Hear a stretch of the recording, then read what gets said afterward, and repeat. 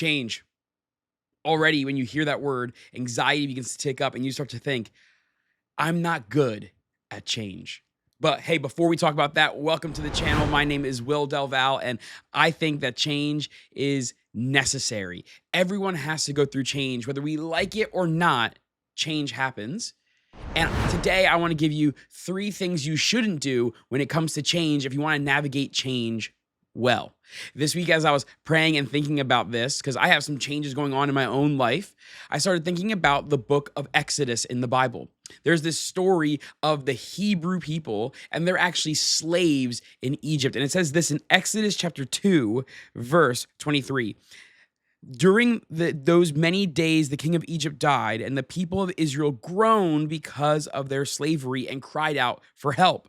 Their cry for rescue from slavery came up to God, and God heard their groaning, and God remembered his covenant with Abraham, with Isaac, and with Jacob. God saw the people of Israel, and God knew.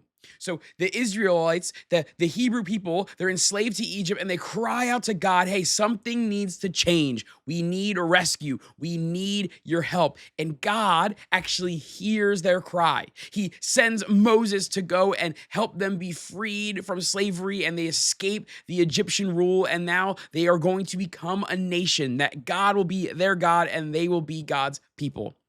And that's a lot of change.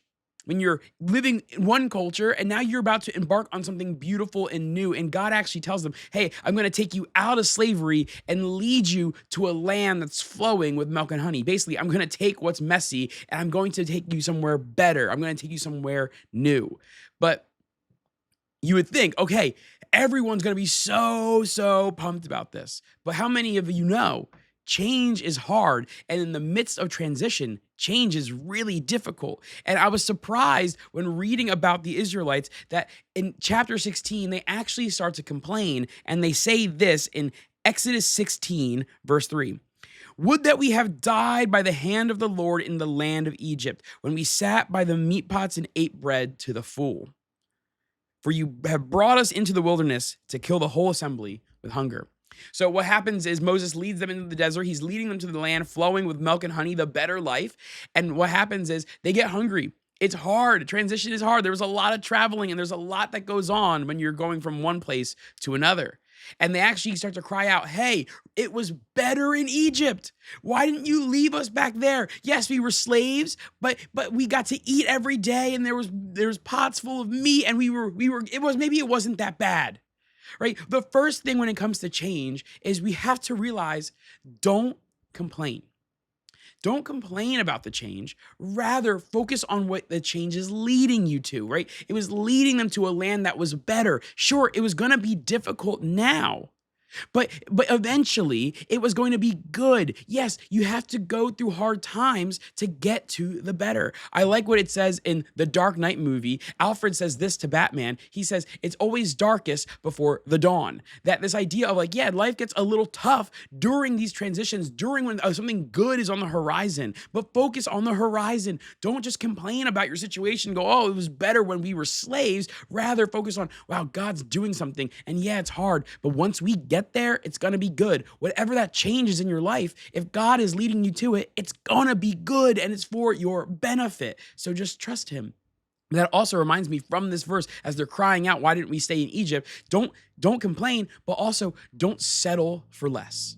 Right? They weren't meant to stay in Egypt. God wanted the people to flourish, to live a life with him and have a better life, that God would be their God and they would be his people, and they were going to have this amazing relationship. But they were willing to settle because the road was going to be difficult for worse. When we're in the midst of change, sometimes we go, you know what? Since that change is going to be hard to navigate, I'm just going to stay. I'm just going to stay, which leads me to my last point. Don't stay still. If God is on the move with him. The book of Exodus ends in chapter 40. And it says this in verse 36. Throughout all their journeys, whenever the cloud was taken up from over the tabernacle, the people of Israel would set out. Now, that's a really simple, weird verse, right? But what would happen is God quite literally led the Israelites through the desert. And when they were with him, a cloud would descend on this tabernacle, this tent that God would reside in. And when they saw the cloud, they're like, okay, we're meant to stay. But when that cloud moved on, it symbolized God's on the move and we need to follow. So don't stay still if God is on the move. If you know God's calling you to it, he will see you through it. And I think too many of us get so bogged down with anxiety when it comes to change that we're willing to settle for less. We complain along the whole way. And then sometimes we decide not to do anything and stay in a messy situation. Change is necessary. It's inevitable. Yeah, some changes are bad, but if God's the one behind it, it will always be towards your benefit and it will always be for your good. Today, don't complain about change. Don't settle for staying and don't stay still if God is moving. Change is good as long as God is leading the way. So do not fear, do not fret when it comes to change. Trust in God and he will see you through. Till next time.